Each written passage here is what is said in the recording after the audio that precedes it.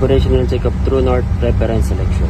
Aircraft management configuration energies the aircraft electrical circuits. Do the EIS start procedure.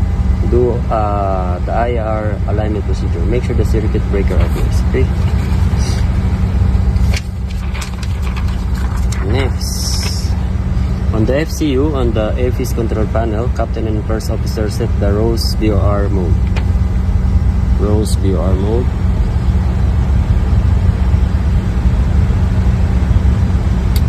ROS, captain, okay, ROS.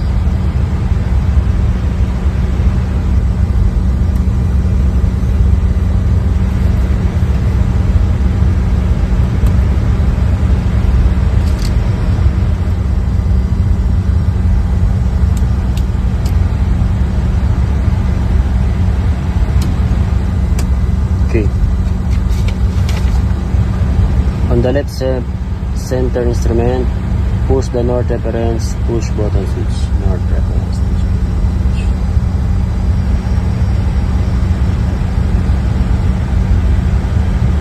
The true legend of the push button switch comes on ND1 and ND2. The true message comes into view at the top of ND.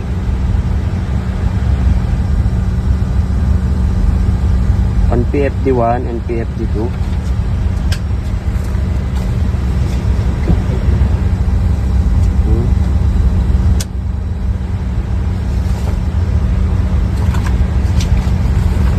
sit here.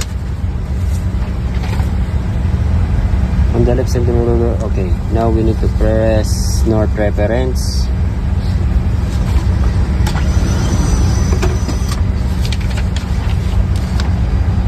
He said push the north reference, push button switch, north reference, push button switch, press it, north reference.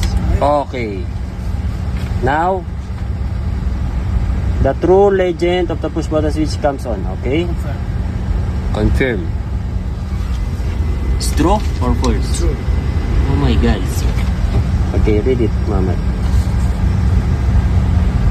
Yeah, this one. The true message comes on in the view on the top of that. Okay, here. On Check PFD your- number 1, PFD number 2. We have true. The true message comes on in the view and the Yes, we have it in the PFD. Yes. on the left side of See, the we page. have. Okay, okay, what else? Good. Blah blah blah. Okay, on the left center instrument panel, 311 VU.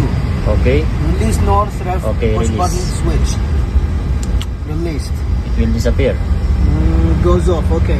And D1 and D2. Goes off true message. Yes, the true message goes out of the view. Will it become false or what? And then, that's it. On the left memo page, on the EWD, the true north Goes message out of goes view. off. Okay. We'll have the message now. No, Oh, good. Close up.